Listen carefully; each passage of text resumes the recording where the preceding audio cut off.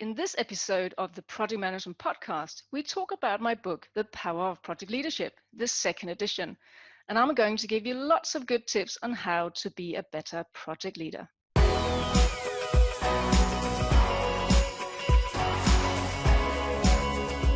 Hello and welcome back to the Project Management Podcast at pm-podcast.com.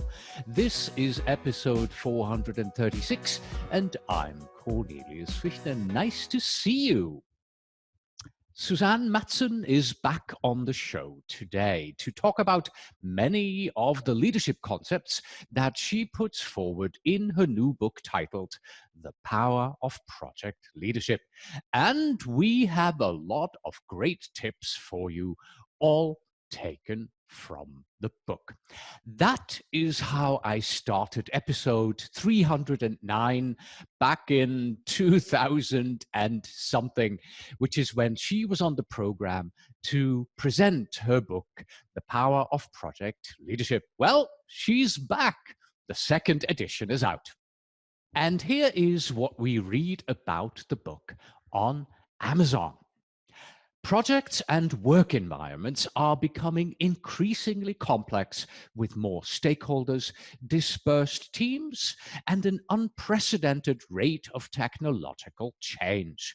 In order to adapt to this complexity and find new opportunities to innovate and build a high-performing team, project managers must shift their mindset to one of project leadership. The Power of Project Leadership explains how to generate positive results for projects and clients while growing as a leader and empowering the team to fully contribute. The book focuses on 7 keys to help you transform from project manager to project leader. And to help you along on that journey, we're going to open up a book. We're going to focus on 2 of these keys. Number 5, which is build trust with stakeholders. And key number 6, use powerful techniques. And just like back in episode 309, we have a lot of tips for you coming from the book. Here we go. Hello, Suzanne, and welcome back to the Project Management Podcast. Hello, Cornelius. It is good to see you this time. Yes, this is a first for us, indeed. So we are going to be talking about several aspects of your book, The Power of Project Leadership, the second edition. You and I talked about this back in episode, I wrote it down somewhere, 309. That's a long time ago. Why did you choose to update the book? And, since we're on video, I thought I'd just have it here. Hey, good. I was thinking about this earlier. It's like, I wish I could hold it up. There you go. Yes. So this is what it looks like. Yeah. And, the truth is I wasn't thinking about a second edition. I wasn't sure what the criteria were for doing a second edition. So the publisher got in touch with me and asked me if I were interested. And it made me think, of course, it was, first of all, very flattering because it means the book has done quite well. And 4.5 years have passed. And in those 4.5 years, things have moved on. I have continued my work as an independent project leadership coach in all the corners of the world. And all that knowledge, I thought, wow, what an opportunity to add that to the book. Because, of course, a book is a bit more static. So being given the opportunity to update it, I thought, well, that's too good to be true. You don't have to start from scratch. So I definitely jumped at it. And if you had to choose just one thing, what would you say is your most important addition to the book? One thing. That's a tough question because I've actually updated every part of the book. I think apart from one chapter, every single chapter has been turned around. I think there's more focus on emotional intelligence, which is a broad topic. So within each of the chapters, there's a little bit more about emotional intelligence with a few exceptions, because there are also new techniques in there that I thought were so powerful I had to include them. Mm-hmm. And of course, let's say I bought the first edition. Is it worth my time to buying and reading the second edition? Well, I'm probably biased, right? Yes, but of course. There's 20% new content in the book, and for those people who like the first edition, I think they'll like the second one even more, because as an author, when you have time and the opportunity to review it after a few years, well, 4.5 years, it reads better, and it's probably there are more nuggets in there. But also, a book, because this is 300 pages with not just text, but also after each chapter, how you're going to integrate it and suggestions to exercises. So for people who read the first edition, they probably got, I don't know, a few things from it they work with. So when we reread a book, we get new things from it. So my suggestion is that we can always keep working with ourselves. So go for it. Yeah. Would you mind holding the book up again? Because it also has a subtitle, 7 Keys to Help You Transform from Project Manager to Project Leader. So how did you come up with those 7 keys? And why is it 7? Why not 5 or 12?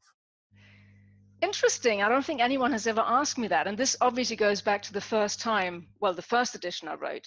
And I was having to think about it. So before I even wrote the first edition, I was speaking. And I used to talk about the VIP model. And the VIP model was lead with vision, work with intent, and focus on people. And that was my starting point for the book. So focusing on people is really 2 of the keys currently, because it's the team and its stakeholders. But my view and my goal with the book was always to provide a comprehensive view of project leadership. And I thought, well, it's a bit limited. So I added some further keys, one of them being innovation. It's very hard to get, innovation is just super, being adaptable and improving and innovating. I thought that needs to be part of it. And authenticity. I just couldn't lump it in under anything else. It was so important. I felt it had to have its own key. And then techniques. Project leadership is so much more than the techniques, but we need them. We still need a good framework. So I dedicated 1 key to the techniques. So it ended up with 7, and I thought that's a good number. All right. Yeah. So let's get into your book, The Power of Project Leadership, 2nd edition here. Let me start you with this. Why do projects continue to fail? And why is there an even greater need for us project managers to become project leaders and empower our teams? Good starting question, because that is why we're here. Yeah, the easy ones first. We have more and more tools. We have more knowledge available to us. More people take project management exams. However, the failure statistics aren't massively better now. It depends a bit on the country or the industry. They go up and down, but they're not great. They're still not great. And one of the answers, I don't claim to have all the answers, one of the answers is that there is more complexity in the world. Our projects are becoming more complex. Our environments are becoming more complex. So we keep running, but it's hard to catch up. What is this complexity? Technological change is unprecedented. Trying to keep up with that is a big task. And what it means is that project leaders can no longer think, or project managers can no longer think that they have all the answers. They do not have all the answers. So this super project manager who knows it all, it's an illusion. Other types of complexity, we have more people involved in our projects. We work from different locations, global teams. That is, again, complexity. So there's so much going on. Change, the more change you have in the environment, the more difficult it is to actually work with the project. So all of this points to the fact that we need leaders who can be agile, not necessarily in the way we normally think of agile, but to change our plans, and leaders who can empower others to help to help move the project forward and come up with solutions. Are you talking about mental agility up here? That as well, because I think some project managers have quite a fixed view of where we're going, and stakeholders too, clients too. And we need a plan. We're all about putting, project management, of course, is all about taking the uncertain, the unknown, and trying to put it into something that is more certain, which is very hard when you have changing circumstances. Let's say you're working on a technical project and you have new technological advancements happening as the project is moving forward that you want to take advantage of. How do you do that? That's a different way of working. And it definitely doesn't lend itself to just having one fixed plan. But on the topic of complexity, what's really interesting is that the researchers at Cranfield University School of Management here in the UK, they sat down to look at all of the types of complexity, and they came up with three major buckets. The first one is technical complexity. So let's say you have a big project with many moving parts, could be in construction or in technology. Most project managers are well equipped to deal with that, and project management techniques help us. But when they asked project managers, they said this is not the biggest trouble they have. It's not technical complexity. What's more challenging for them is what we call emerging complexity and socio-political complexity. Emerging complexity is exactly when things change. The more change you have, the more complex it becomes to manage the projects. And project managers are not generally equipped to deal with that. And the third type of complexity, which is socio-political, is the more people you have involved, the more stakeholders you have involved, the more distributed your teams are, the more end users you have who are affected by change. So this whole change management, project managers are also not very equipped to deal with this. So we spend a lot of time training project managers on technical complexity, whereas what they really are struggling with are other types of complexity. So that's also worth keeping in mind. Mm-hmm. And I think this is also a good moment for us to move on to the emotional intelligence section of your book. How do you personally define emotional intelligence? So I'm pleased you asked me how I define it, because I have no idea how, what Wikipedia says. But I think of it as two parts. And it really is more than two parts. But to simplify it a bit, we have the part which is all about what we normally think of as empathy. So our ability to understand others, to empathize with others, to walk in our team members' shoes or our stakeholder shoes. So that's a huge part of emotional intelligence. But the other part, which is sometimes less talked about, which is equally important, if not more, is our ability to monitor and regulate and understand our own emotions. So it is how we react to situations, what triggers us, all that good stuff, which many people don't really want to look at, or we think we know ourselves, but do we really understand our own behaviors and our own reaction? So that's the other big piece of emotional intelligence. How much emotion we also display in certain situations. And the obvious question has to be, why is that important for a project leader? Yeah, let's see if our listeners can think that thought before we answer it, because it's viewers. Remember, we're viewers, doing of video course. today. That's right. How could I forget? You're right there. So projects are obviously all about change, and it's all about people, because it's people who deliver projects, and the change is made by people for people.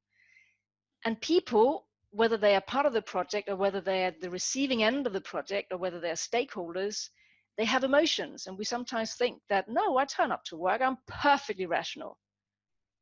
But we're not, of course. We are steered by our emotions, whether we are aware of it or not. So project leaders need this emotional intelligence component if they want to get better at building a great team, building a high performing team, at making sure that everybody is working and contributing towards the same goal, and making sure that the stakeholders are part of moving the project forward and not blocking it, for instance.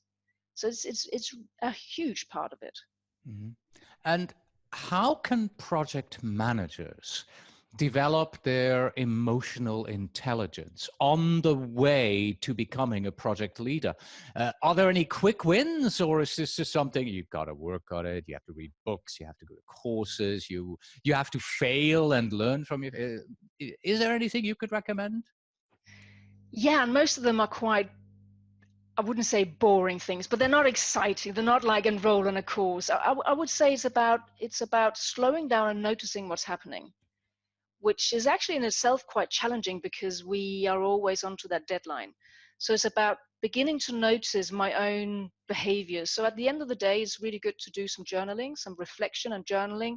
What happened today? What triggered me? How did I come across with that person? How else could I have done that? What did I feel? What did the other person feel? Because we need to get down at a feeling level. So it's about taking time to reflect and perhaps also ask for some feedback, because it's that mirror is helping us to see ourselves more as we are. So feedback, mentoring and coaching can also help to improve emotional intelligence, asking questions, taking time to begin to see what is happening for the other person, begin to feel what another person might feel right now, like a stakeholder or a team member. Mhm. I also want to talk about the science of high performing teams and the importance of psychological safety for high performance. In particular, how do we define it and kick off a team? And also, how do we create a team charter? Mm. I think there are at least three Throwing it all questions into in there. one, right? Yeah. So, but it is a favorite topic of mine, because, of course, project work is so closely linked with the teamwork. In fact, it's, the team is the whole foundation for a good project. So first of all, let's see. Project managers are normally quite good at kicking off a project, or let's say at defining a project. So that's what we're going to deliver, how we're going to deliver it. But defining a team is quite different, because that's going to look at us as a team. How are we going to work together? Not what we are doing, but how are we going to work together? What is important to us? What values are important to us? What behaviors do we expect from each other? Just think about a practical example: meeting culture. People get so frustrated about meeting culture. What we do, what we don't do, who's late, who doesn't turn up, what do we talk about? Whereas if in a team charter, or defining the team, we can talk about what do we expect from each other. So we get it out there. So a good way of doing that is to give every team member a Post-it note and to put down one thing that is really important for them in working together as a team. It shouldn't be the team leader, the project manager, or the project leader to define how we're going to work together. That's not right. It's for everybody to look at what is important for us. And in that journey, or on that journey, everybody can contribute and say, share stories perhaps of bad team experiences they've had, or good team experiences, because we've all had them. So having an open conversation about what don't we want, what is the kind of team experience we don't want. Okay, we don't want blaming, we don't want decisions to be made in the corridor, whatever it is. Well, what do we want? We want an open culture where we can challenge each other, where we can have fun. Okay, what does that look in terms of specific behaviors? So we get really specific. Those things can be captured in what we call a team charter. What are our values? Maybe we can put a team name down. And one of the things actually that high performing teams do differently to low performing teams, there's a whole bunch of things. One of them is that they're actually really interested in each other. They begin to track each other's personal goals, not just work goals. If somebody wants to run a marathon, hey, we're all interested in whether that team member gets to run that marathon or lose weight or whatever it is. So we can also put that on the team charter, personal goals. So trying to make it more human and look at us as a team. I think you had another point in there about psychological safety, which is slightly different. So this comes from research that Google has made, not just Google, but in particular Google, because Google looked at what is it that makes a high-performing team different to a low-performing team. And they looked at all kinds of correlation: salary, whether we know each other outside work, or how much fun we have. They couldn't find any correlation. So they thought, okay, but we can see the difference. We can observe when we have a high-performing team and a low-performing team. And what they saw was that in a high-performing team, every single team member contributed in roughly equal amounts. They spoke in roughly equal amounts. They contributed with communication. And so they thought at Google, okay, so how can we create an environment where every team member contributes equally?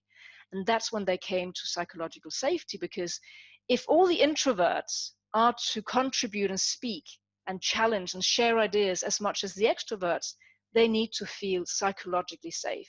What does it mean? It means that the team leader isn't shooting people down and rubbishing their ideas, or not just going with, if a few people say something, oh, we've made a decision, we go with it. No, they take time to listen to everybody and to make everybody feel that they're ideas and challenges and concerns are valid and welcomed.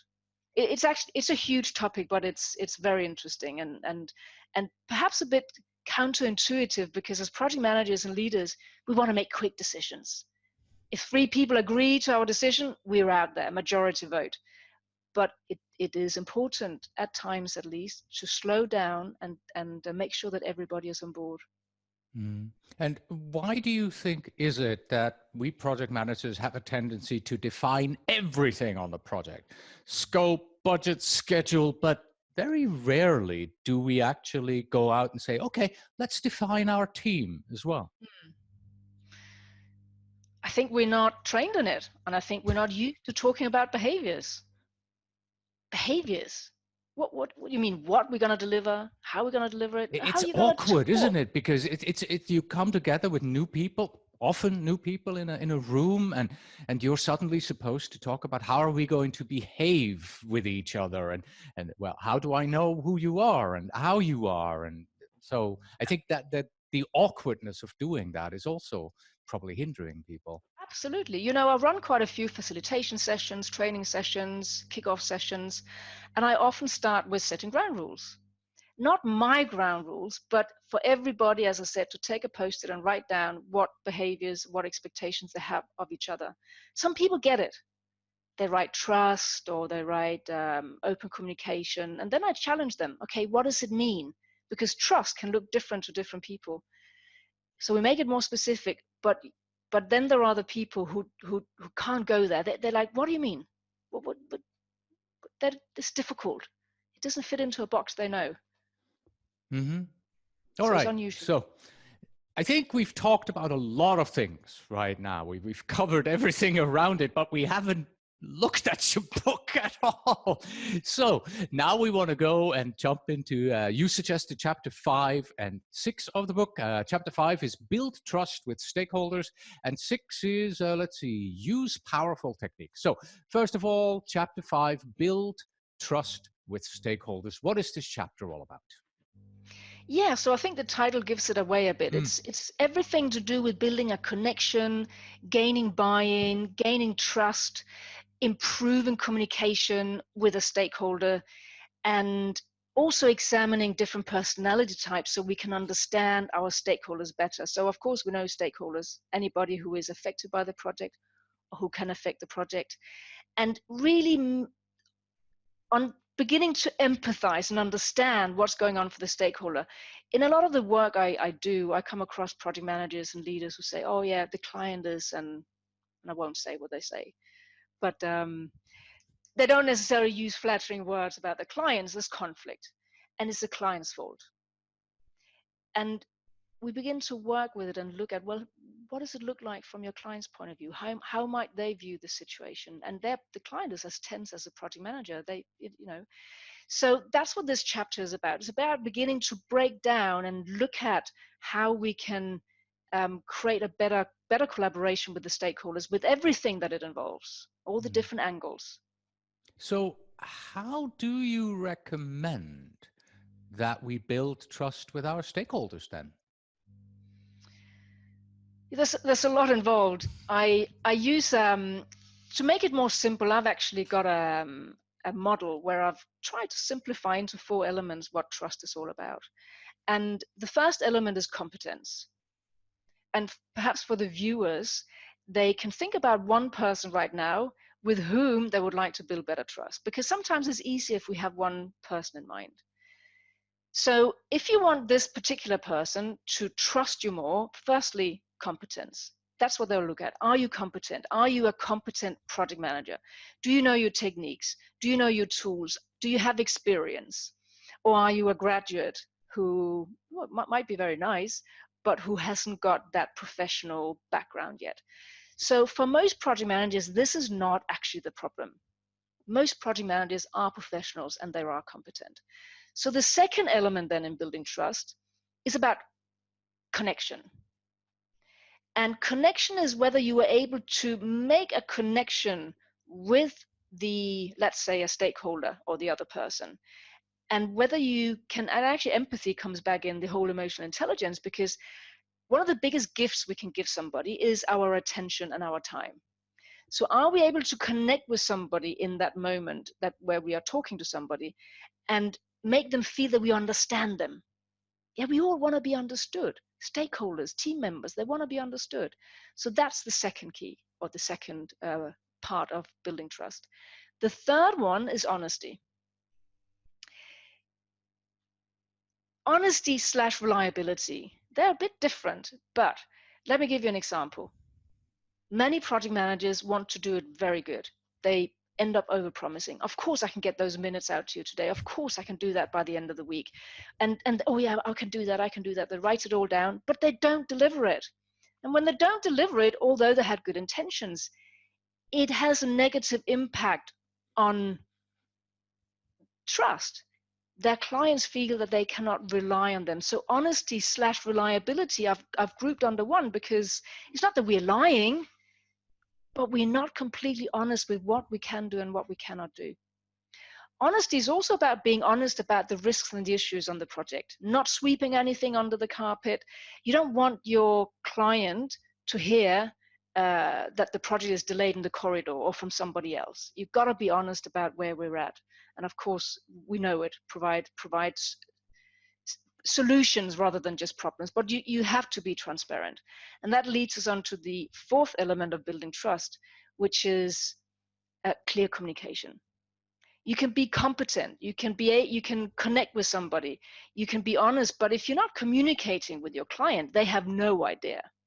So clear communication is about regular status reporting. That's the formal written one. It's also about regular ad hoc communication, perhaps in person. Yeah, there are all these different types of communication, but there must be regular, clear communication.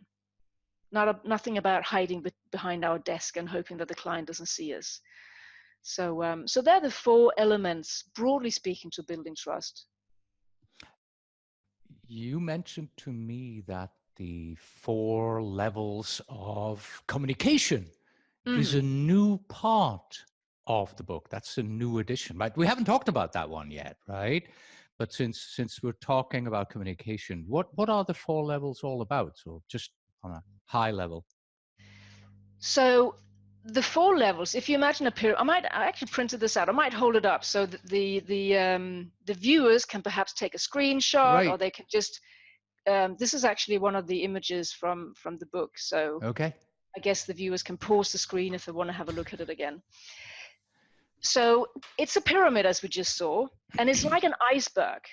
So at the top level, we have content, and the content, and I'll explain what the levels are, but the content is what we see above the water. It's easy. It's easy for us to talk about content with somebody. And the whole idea of the model is that as we move further down the levels into the depth of the iceberg, that means that we are creating more depth in our communication. So content level is easy. What does it mean? That's where we talk about tasks, things that must be done, issues, all the stuff, all the what is in scope and out of scope. Great, we've got to talk about that. Easy.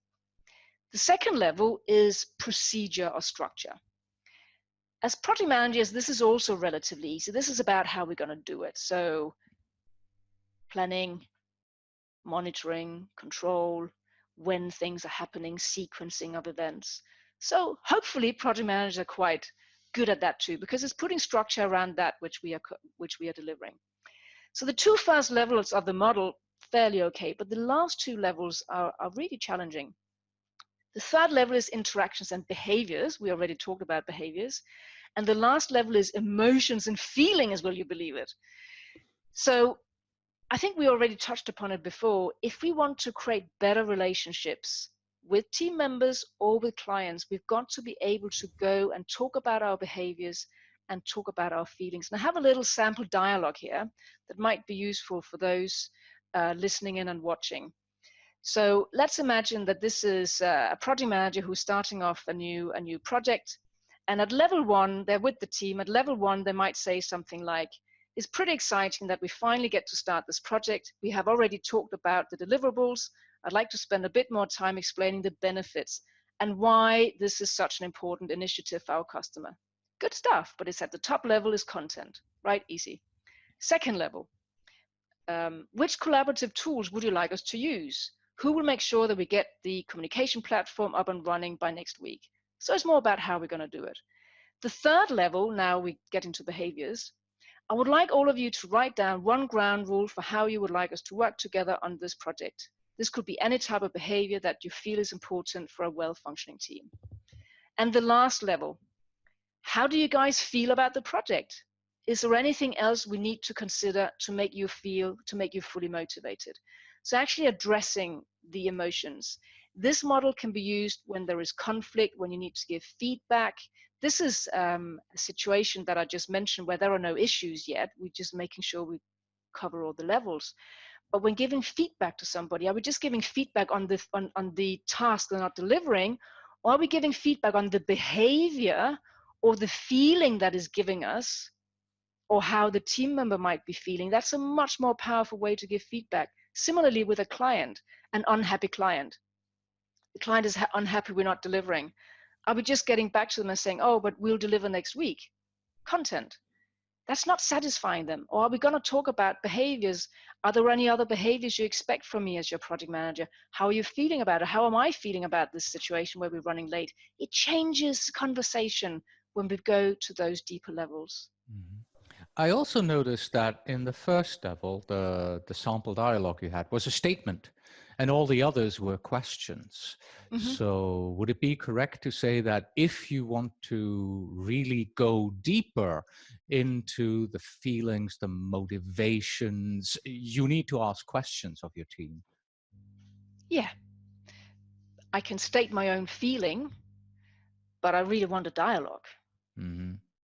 And also linking it back to the emotional intelligence and empathizing. I can only begin to empathize if I ask somebody else how they're actually feeling and or acknowledging their feelings.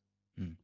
All right, so much for chapter 5, or key 5 rather, build trust with stakeholders. We are moving on to the second one, and that is number 6, use powerful techniques. Give us an overview over that key, if you please. Use powerful techniques. So all of the other 6 keys in the book are all about this other type of complexity, social political complexity, emerging complexity. But this key is the structural side, because we need tools and techniques. Even if we focus on people, we still need to get the basics right.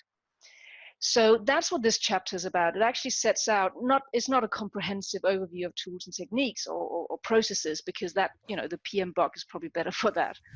But it is a highlight of what the most important are. So it's about risk management, it's about planning, it's about defining the project, it's about setting the vision, it's about the business case. So change control. So those most important areas are covered in the book, and I've updated it to make it to put some more powerful collaboration techniques in it. Mm-hmm. And you also suggest that we focus on collaborative planning techniques. Why did you suggest this particular technique? Cornelius, in all the work I've been doing in the last 5-6 years, I've actually used this technique. It somehow didn't make it into the first edition. I think I hadn't cemented it well enough. So what it is, I work with a lot of experienced project managers as well as inexperienced. And I always think, oh, this technique is too basic for the experienced project managers, but I have never, ever had that experience. Even very, very experienced project managers do not plan truly collaboratively. What they do, they create a plan and they get input and feedback from the other team members. But very rarely do they get everybody together in a room, virtual or physical, get the post-its out, and really talk through collaboratively. What is we going to be doing? How can we categorize it? When does it need to get done? And really create it and also make a team exercise out of it. It centers the team. It creates buy-in from everybody. Wait, that's it? That's the technique? Like you said, it sounds very simple. It is simple in a way, and how it is facilitated, I would say, is what is the trick. Because if it's facilitated in a very strict manner from the project leader, Uh-huh. you're not achieving very much, because then you have the project leader or the project manager putting themselves above, setting the agenda, saying, no, no, no, don't do it that way, do it this way. No, no, no, no, not that. That's a rubbish category. Then, first of all, you don't get buy-in from everybody. You make everything worse. You don't create psychological safety, and you don't empower the team. So what's really challenging for project managers here is to take a step back and be the facilitator. And it's not easy, because it's not the same role as being a project manager. So it's having the conversation, looking at what the team come up with, discussing what comes up, where it needs to go, without being overpowering, being part of the team for this exercise. I think that's really challenging. Mhm. About 2 months ago, the Project Management Institute published an update for the PMP exam, and there was a very short deadline, which has in the meantime been extended. That's when I said, okay, this is a major impact on our company. I have to bring everybody in. So everybody flew here to Tucson, and we had exactly what you talked about, a collaborative planning meeting where everybody was in the same room, 5 of us, and we talked through every aspect of what it is that we need to do before we are ready to go out. Now, what you don't know is before this interview, I cleared off the back here, okay? I had Post-it notes on the wall that I brought up from that meeting. There is a flip chart, one of those that you can stick on the wall that was here. So this was all results from that. Down there on the floor, I have about 15 flip charts. I have it. You're absolutely right. In the beginning, this was a bit hard because I have a tendency to be a little bit on more directive and go, well, we got to go this direction. And you have to really, as the facilitator, take a step back and let everybody talk. But as it went on, it really started to flow, and it was an absolutely perfect meeting for us. Okay, that worked. Now, that was very easy, I would say, because we have everybody in the room. Right now, as I said, the deadline has been extended. We have 6 additional months, and all the planning that we've done out the window, right? Because we now have to replan, and we're doing this replanning virtual. Here, we were using an online meeting tool. And that's like walking through molasses in comparison, because you're not in the same room. So Yes. to me, I agree that collaborative planning technique is a really powerful technique if you add co-location on top of it. It works virtually, but it's just that much harder. That's right. And I think it's we are not supposed to say that virtual working is difficult. We're supposed to say it's seamless and it's fantastic.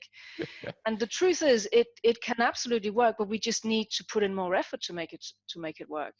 Yeah, and it takes longer because you can't get the visual clues. And frankly, after an hour on a virtual meeting, I'm dead, right?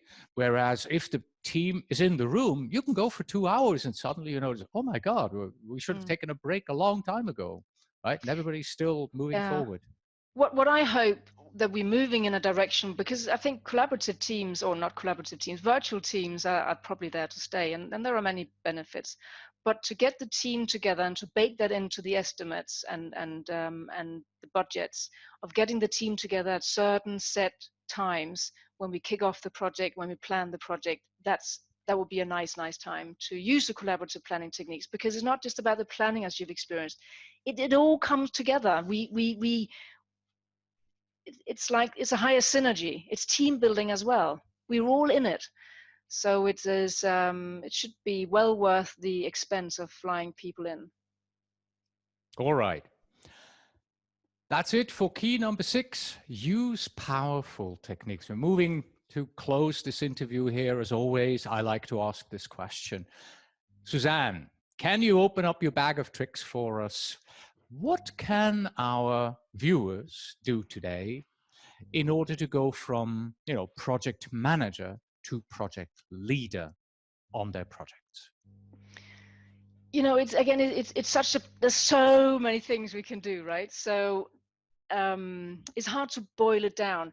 I think because we're talking about the book today, I would say this is a really good place to start, because the book, of course, has not only 300 pages worth of text, it has all the exercises in it.